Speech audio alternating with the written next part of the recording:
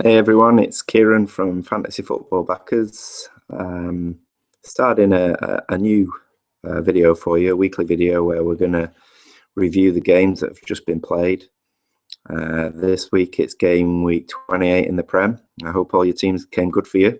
I had mixed fortunes.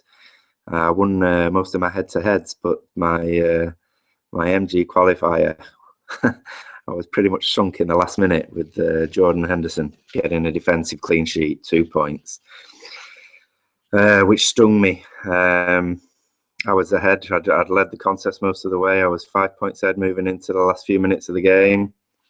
It was really frustrating. All I needed was a goal for Burnley at Liverpool, or a goal for Everton at Stoke, or a Jordan Henderson booking would have done. We've all been there, sat there screaming at the tally, praying for another team to score like you've supported them for 40 years. This game can be so frustrating. But anyway, yeah. And then I ridiculously, Mondogo was where I was playing. I was looking on the leaderboard, and 10 minutes after the game, it still had me top. And I'm thinking, is there something gone wrong here? Is there maybe Jordan Henderson loses points because of his running style? I convinced myself I'd won. No, sure enough, a minute later, it changed. It can be a cruel game. Anyway, that's the beauty of the game. You dust yourself off, you go again, and I'll be starting again next week. It's FA Cup weekend, so obviously we've got a little bit of time to consider the last set of matches, what happened, if there's anything we can learn that will help us pick our teams for the next set of matches. Where should we start then? Maybe Villa. Villa would be a useful and interesting place to start. Is it finally time that we can think about whoever they're playing against, their defenders not necessarily being a lock week in, week out? We know Villa have had a massive problem scoring goals.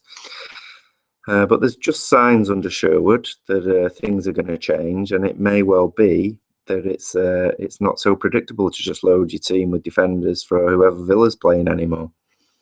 Next up, they've got Sunderland. They're away at the Stadium of Light, and this is likely to be a low-scoring affair, having said all of that.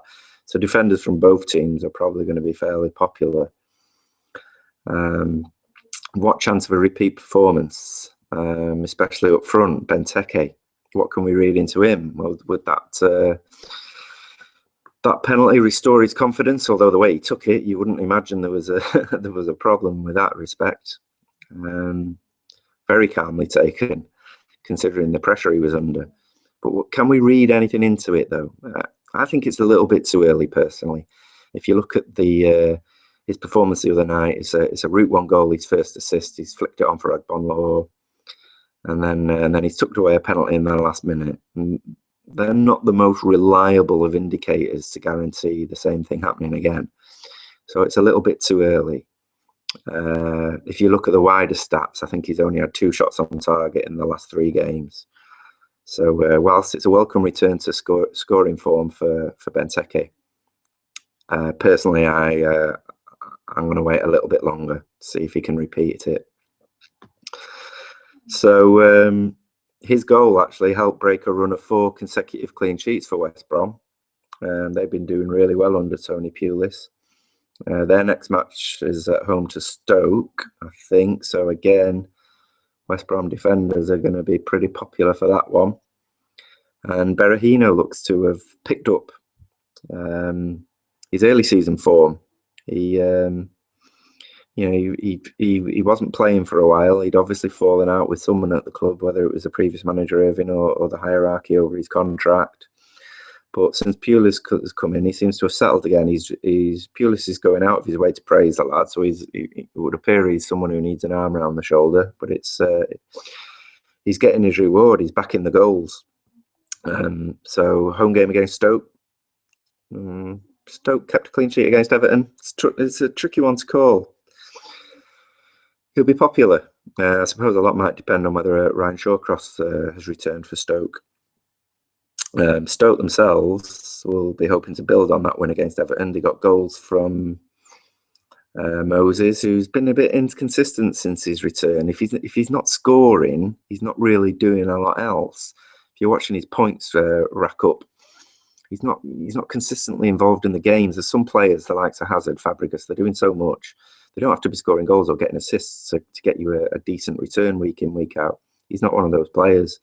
It seems he's either got to be directly assisting or directly scoring a goal to get you your points. A more interesting player for Stoke is Diouf. He scored the other night. He'd come on as a sub for Crouch.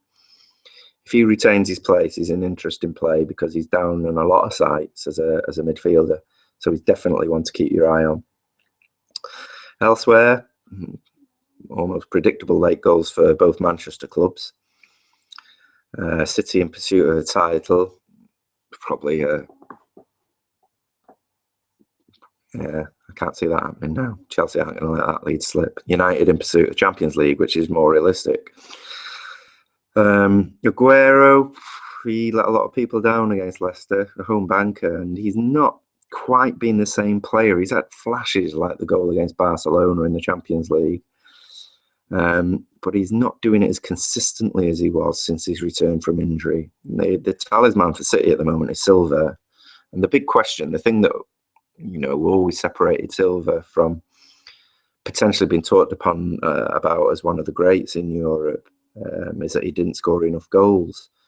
Well, he seems to be addressing that this season. I think he's got 10 or 11 for the season. He's got 6 in his last 7 home games. And he's become City's talisman. And if he can consistently add goals, especially in big games, he's a top player. But he's someone that you'll be considering already. Moving on to United, they're probably the most confusing team of the season. I'm racking my brains to think of when they've actually played well, when I've seen them. But they sit in third, so they're obviously doing something right. And if they can get everything clicking, God knows what they could be. Players for them, though, the likes of Di Maria, Falcao, been big disappointments this season. But they're third. And we're going to find out a lot more about them, though, next few weeks. They've got a tough run of games, playing all the top teams, including a really beautiful looking match in a couple of weeks at Anfield.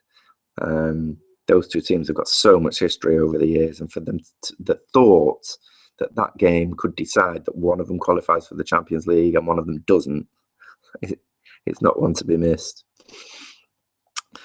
Liverpool, speaking of which, flying. Definitely the form team in the Premier League. They've gone back to playing some really nice stuff. Similar to the vibrant stuff they were playing last year before they fell away towards the end of the season. They've timed their run well if they can keep it going. And interestingly, they're doing it without Gerrard. They picked up a 2-0 win the other night against Burnley. Sturridge, he's pretty much a home banker every time they play. So he's another one you'll be having your eye on. And I think next up for Liverpool, they're away at Swansea. So it's not the easiest of places to go. Swansea 3-2, even though I think it's the first time they've scored 2 goals away from home since Boney's left. And Sigurdsson got a welcome return to the score sheet, but they're a mixed bag. They're a really unpredictable team, so it's difficult to know. You would fancy Liverpool to nick it, but again, it might not be a high-scoring game. Which Swansea's last game, you couldn't say that about. Tottenham 3. When was the last time they scored 3? And the Messiah, Kane, didn't score. So he had a small return compared to what he has been doing as well, even though, as I say, Tottenham scored 3 goals. What other headlines have we got from game week 28? Well, there's Chelsea and their relentless pursuit of the title, a 1-0 win away at West Ham. They can thank their defence and their keeper again. They're not exactly winning in swashbuckling style, but they're doing enough. And you, as I said before, you can't see them losing too many points now in the running. They just don't let goals in. It means, from a fantasy perspective, though, that up front their players don't represent as much value as they did earlier in the season. The likes of Costa, Fabregas, Hazard, they're not scoring in 2s and 3s. Chelsea are winning with a 1-0 or a 2-1, and as I say, the value's dried up. not, you're not going to get the goals, it would appear. But then again, they're the sort of team that could score 3 or 4 in any match. I'd say it's unlikely in the next one. It's a home game against Southampton, who are pretty much mirroring them, actually. They're defensively really tight, but they've got their own struggles up front. Pele hasn't delivered for ages, and you would think that Shane Long's going to be given a run. But another interesting player to keep your eye on is Mane or Maine. Again, he scored the other night against Crystal Palace. He's another player who's registered as a midfielder on a lot of sites, but he plays in more advanced positions. He's going to be expensive, but he could still be good value looking over the next few weeks. Not necessarily for a game against Chelsea. This game maybe 0-0, 1-0 either way, ran all over it. So finally, Arsenal. Again, they seem to have put their European troubles behind them. 2-1 win at QPR. They've got West Ham next up. West Ham seem to be going in the opposite direction. I think they're winless in 7. They're really struggling. So this could be a nice home game for Arsenal. Giroud scoring goals, Sanchez back on the score sheet, Cazorla not as reliable a point scorer as he was a month or so back. Since Arsenal have got players back from injury and Ozil found a bit of form, Cazorla's playing a slightly different role, and it is affecting his fantasy performance. Nonetheless, that was a really important 2-1 win for them the other night. So they're the main headlines. I hope you enjoyed this first video. As I say, we'll be doing it weekly from now on.